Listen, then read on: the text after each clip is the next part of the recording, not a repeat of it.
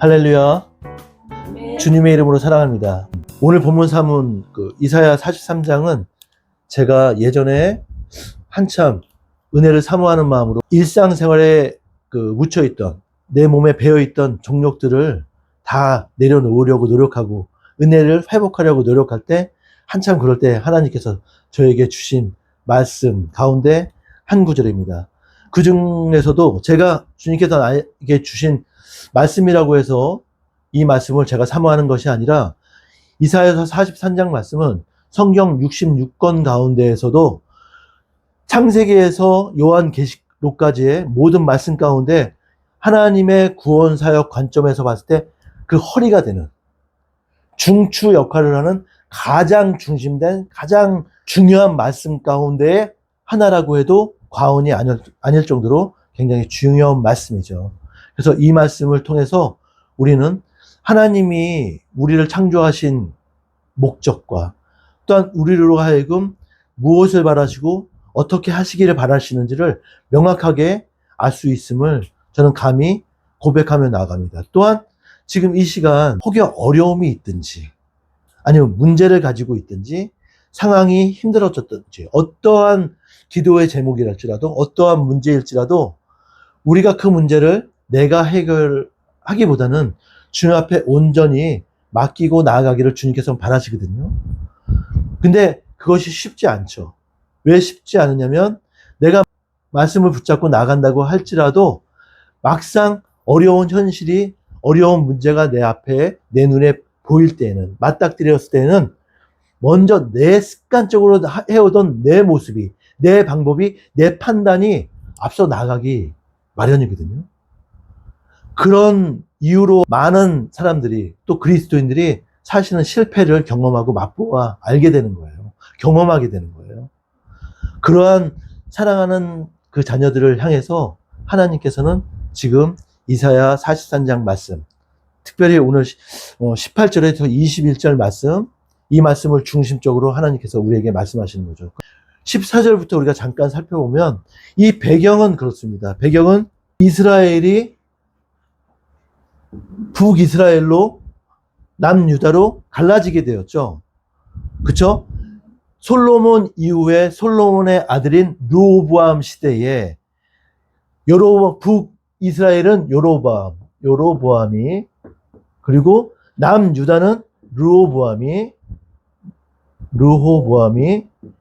하면서 르호보암은 그 유명한 솔로몬의 아들이에요. 근데 르호보암, 여로보암이니까 이름이 좀 헷갈릴 수가 있는데 그럼에도 불구하고 중요한 건 뭐냐면 여로보암은 하나님께서 여러분들 다 아시죠? 안타깝게도 우리는 솔로몬 왕 하면은 너무 많이 좋아하시고 사랑하시는데 하나님이 사랑하시는 다윗 왕으로 말미암아 통일되었던 이 이스라엘 통일 왕국 이스라엘이 남유다와 북이스라엘로 지금 우리나라가 남한 북한으로 갈린 것처럼 나눠져 있는 것처럼 남유다 북이스라엘로 갈라지게 된 이유 결정적인 이유가 누구냐면 솔로몬이에요. 많은 분들이 조금 오해하시는 분들도 있을 수도 있어요. 그것이 솔로몬이 아니라 르호보암이 자기 아버지 솔로몬보다도 더 악하고 더 강하게 백성들을 다루었다. 거기에 불평불만을 가진 백성들이 나뉘어진 것이다. 사실 그게 아니에요. 사실은 하나님께서 남유다 르호보암과 여로보암으로 하여금 나눠지기 전에 이미 하나님께서는 말씀하셨어요. 그리고 특히 여로보암에게는 알려주셨어요. 그래서 근데 그 이유가 무엇이냐면 솔로몬으로 인한 것이에요. 솔로몬이 하나님을 버리고 자기가 맞이한 1000명의 처첩 1000명이나 되는 처첩의 부인들의 신들을 다 가져오게 허락하고 심지어는 솔로몬의 마지막 때에 솔로몬이 늙었을 때겠죠. 늙어가면서 어떤 일까지 벌어지냐면 그 산당에 자기 아내들이 가지고 온 신을 허락만 한 것이 아니라 그 허락한 신의 우상에 가서 우상에게 제사를 드리는 큰 죄를 짓죠. 그로 인해서 아버지 다윗과 정반대인 결과를 가지고 와요.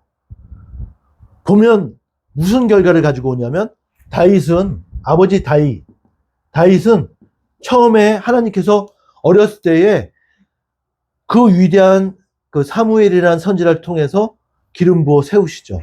너 하나님께서 왕으로 세우실 것이다. 그럼에도 불구하고 그 인생이 어땠죠? 사울 왕에게 쫓겨다니는 신세로 엄청난 고생을 많이 해요. 고생 많이 해요. 제가 언젠가 앞선 시간에 말씀드린 적이 있죠. 우리는 그냥 다윗의 모습을 볼 때마다 또 다윗의 시편을 읽을 때마다 어쩌면 좀 너무 엄살이 심한 거 아니야? 이럴 때도 있어. 왜냐하면 다윗의 시편을 보면, 시를 보면 원수의 목전에서 저에게 상을 차려주시고 막 엄청난 괴로움을 토로할 때가 많거든요. 근데 그렇지 않아요. 우리는 그냥 성경 그 역사서를 읽을 때 아니면 사무엘서를 읽을 때 다윗의 이야기를 읽을 때 사울 왕이 백성들의 인기가 다윗을 향해 가는 것 같으니까 거기에서 다윗을 먼저 잡아다가 죽이겠다 하고 쫓아다니는데 다윗은 따르는 무리들과 함께 도망다녔다? 이렇게 치부할 수 있죠. 하지만 그렇지 않아요. 만약에 역지사지로 입장 바꿔 생각해 보세요. 다윗이 아니라 제가 지금 사울이에요. 제가 사울인데 만약에 여러분들이 다윗 입장이야. 근데 제가 여러분들을 죽이겠다고 칼 들고 병사들과 함께 병사들을 이끌고 맨날 쫓아다녀봐. 처음에는 괜찮아. 처음에는 주님 함께하여 주시옵소서 하고 일로 도망가고 또 절로도 피하고 하지. 이것도 한두 번이지. 몇 년씩 계속 이쪽으로 가면 이쪽으로 쫓아다니고 저쪽으로 가면 저쪽으로 쫓아다니고 날 죽이겠다고 칼 들고 계속 어떤 미치광이가 하나 쫓아다녀봐. 내가 사는 게 아니에요. 아마 내가 정신병 걸릴걸? 아마 지금 다윗처럼 몇 년도 아니야. 한 1, 2년만 해봐. 그러면 아마 내가 가서 차라리 나 죽여라. 날 잡아 죽여. 이럴걸? 그럼에도 불구하고 다윗이 이길 수 있었던 것은 무엇이냐? 자기 정신으로 이긴 게 아니에요. 자기와 함께 하시는 여호와 하나님을 어렸을 때 양치던 때부터 함께 하셨던 그 여호와 하나님, 그것을 경험했기 때문에 그렇습니다. 근데 한 가지 부탁드렸던 거예요. 단 하루에 5분씩이라도, 최소한 5분씩이라도 멀리 가지 마시고 우리 집에 나만의 공간, 골방을 만들어서, 진짜 골방이라는 게 아니라 정말 하나님과 나만, 내가 하나님과만 함께 할 수 있는 그 장소를 마련해 두시고 최소한 하루에 5분씩이라도 주님과 함께 하시는, 교제하시는 시간을 갖기를 제가 부탁드렸습니다. 그 시간이 다윗이 사울을 피해 도망 다니면서도 견뎌내고 이겨낼 수 있었던 그 힘을 만들어낸 것이에요. 여호와 하나님이 나와 함께 하신다는 그 믿음, 그 경험, 그 체험이 나로 하여금 이기고 승리할 수 있는, 버텨낼 수 있는 힘이 되었던 거죠. 여러분들도 그냥 주여 주님 사랑합니다. 알아요. 하지만 그 체험이 없는 그 믿음과 그 신앙은 또 금방 얼마 못 가 또 자빠져요. 자빠지고 그걸로 끝나면 상관이 없는데 자빠지고 나서는 내가 왜 자빠졌는지도 모르고 내가 자빠져 있는지도 모르고 사단이 이끄는 대로 그냥 죽은 자의 모습으로 그냥 살아갈 수도 있는 거예요. 그게 무서운 거예요. 근데 오늘 본문 3은 이사야 43장은 그렇게 두지 않으세요. 자, 갈라진 남유다와 북이스라엘 두 국가가 있는데, 먼저는 여로보암은 조금 전에 제가 말씀드렸죠. 나라가 갈라지기도 전에 여로보암에게 하나님께서 무엇을 말씀하시냐면 내가 나라를 가를 것이다. 그래서 10지파를 너에게 붙여줄 것이다. 하나님이 말씀해 주셔, 직접. 근데 여로보암이 어떻게 했게요? 그래서 처음에는 무서워서 어디로 가냐면 여로보암이 애굽으로 도망가요. 애굽으로 도망가 있다가 다시 정말 나라가 갈라지고 왕으로 돼서 북이스라엘로 오거든요. 그렇다면 여러분들 같으면 어떻게 할 것 같아요? 하나님께서 직접 내가 너 왕 시켜줄게. 내가 허락하는 왕이야 너. 그럼 어떻게 하실 것 같아요? 하나님, 저 같으면 하나님 감사합니다. 제가 믿음 붙들고 진짜 하나님 기뻐하시는 나라 만들어 보겠습니다. 이러고 진짜 하나님만 믿고 나갈 거야. 여로보암도 그랬을 거 아니에요.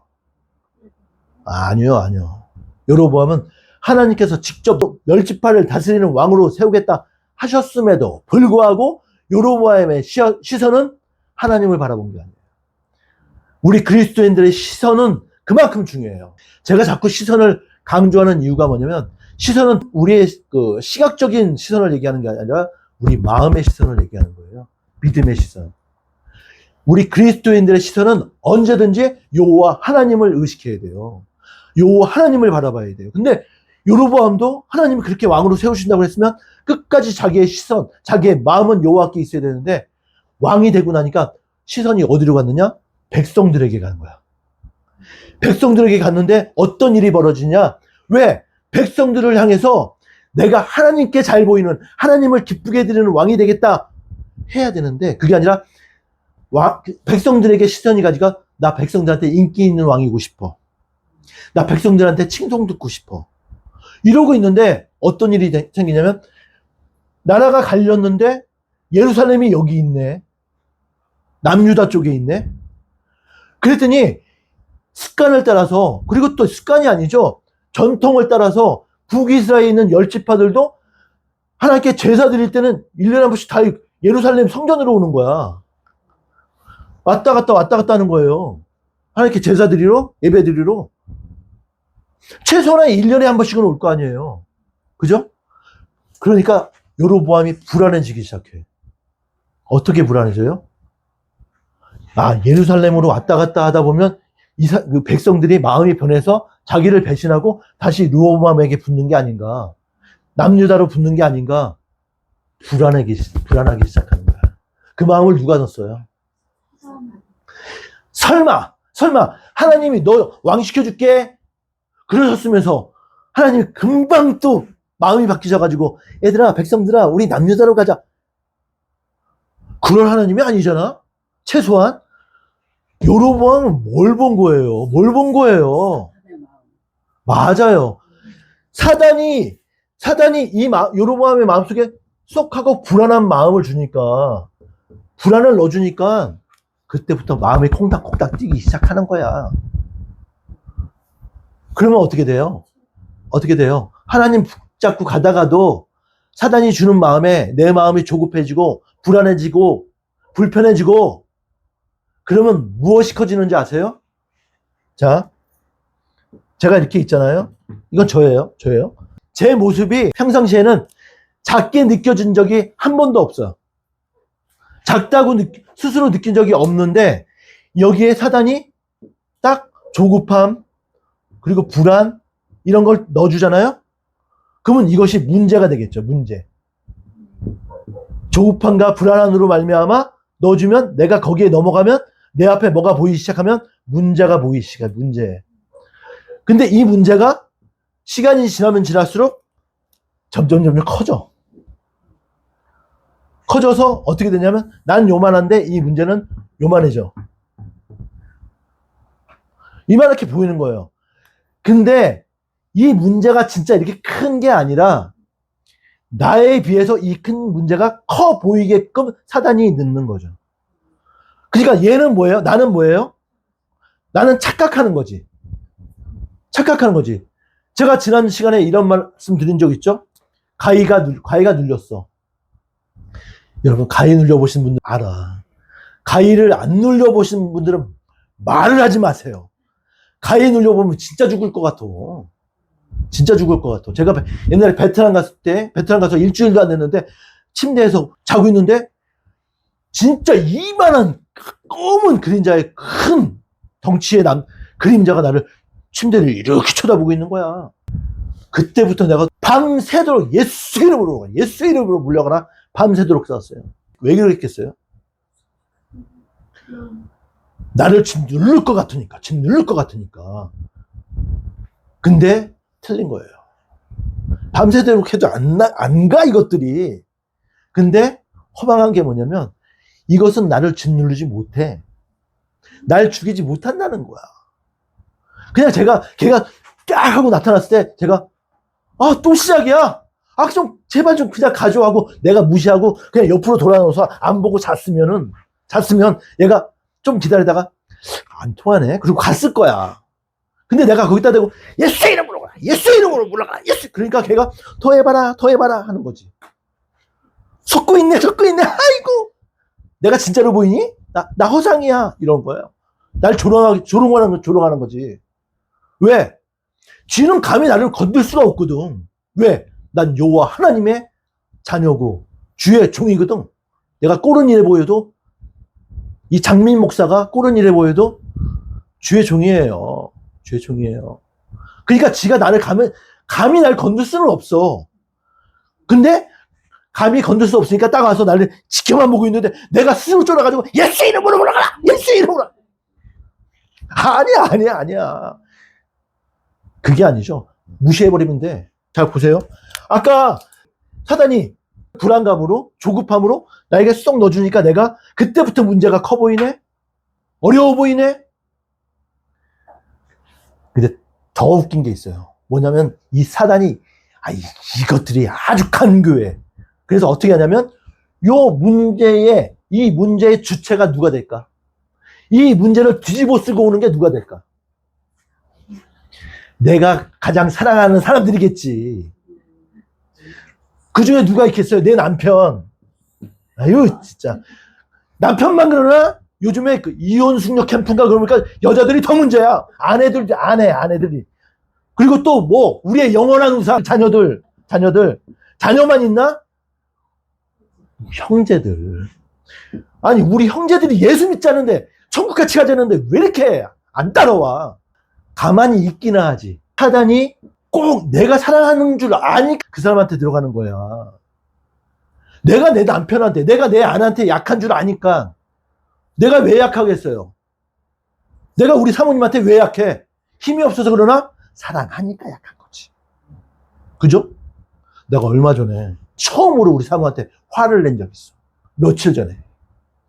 저도 똑같아요. 제가 목사라고 해도 제가 방심한 틈을 타서 사단이 나한테 불안함을 딱 줬어.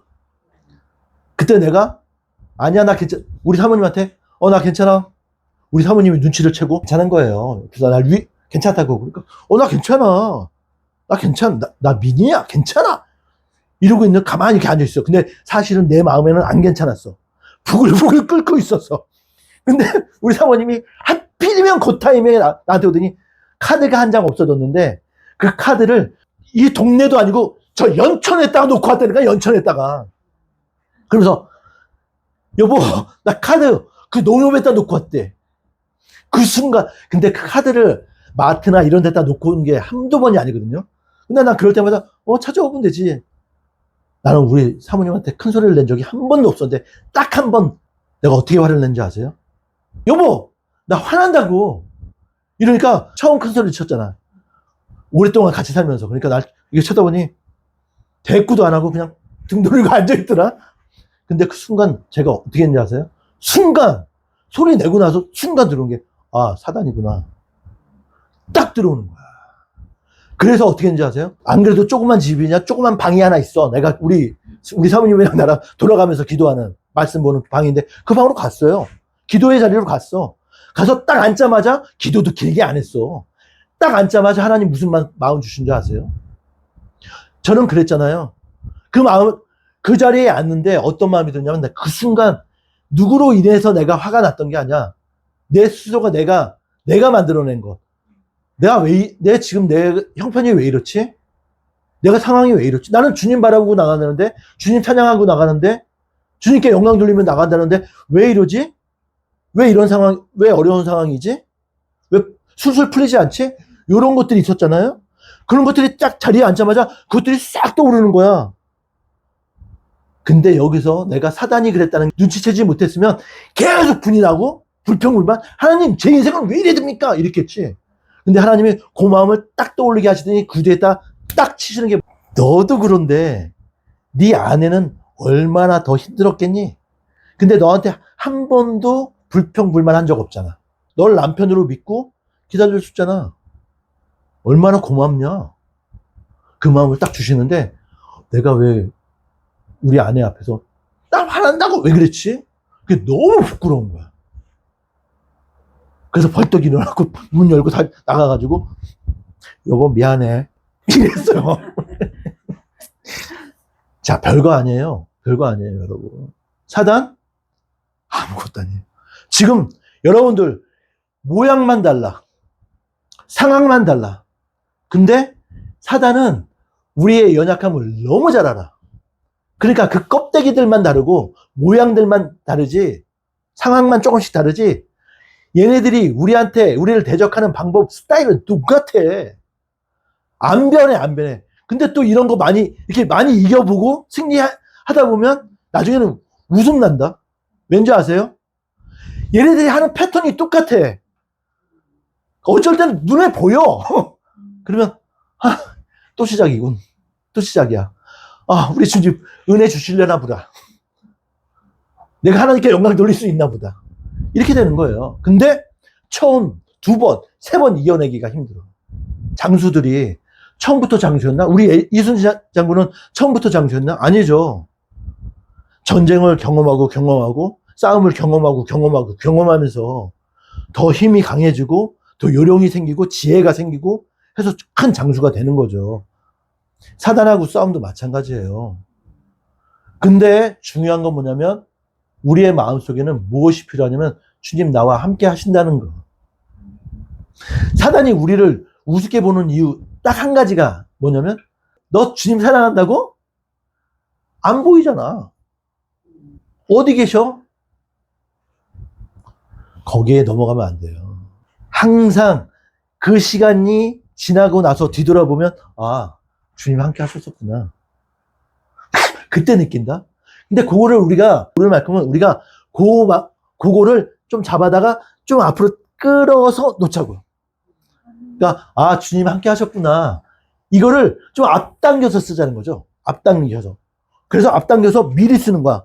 사단이 나한테 어떤 문제나 상황이나 이런 걸 딱 던져주면 그때 주님 함께 하시죠. 또 시작이구나 니들이. 분명한 거 제가 걸 수 있는 거 다 걸고 말씀드리지만 그 상황, 문제 그런 것들 지금 여러분들 못 죽여요. 여러분들 해야지 못해요. 하나의 허상이에요. 그 문제 내가 어떻게 받아들이냐에 따라서 우스운 문제가 될 수도 있고 얼마든지 내가 감당할 수 있는 거예요. 주님께서는 우리가 감당하실 것 외에는 안 주세요. 심지어는 우리가 감당하지 못할 것 같으면 하나님은 피할 길을 내어주시는 분이 여호와 하나님이세요. 더 큰 은혜로 받을 것은 우리가 사단 앞에 더욱 감당할 것은 나는 주님이 사랑하는 자야. 나를 사랑하셔서 목숨까지 내어주신 자란 말이에요. 그 누가 나를 위해 목숨 내어주시겠어요. 그분이 하나님이세요.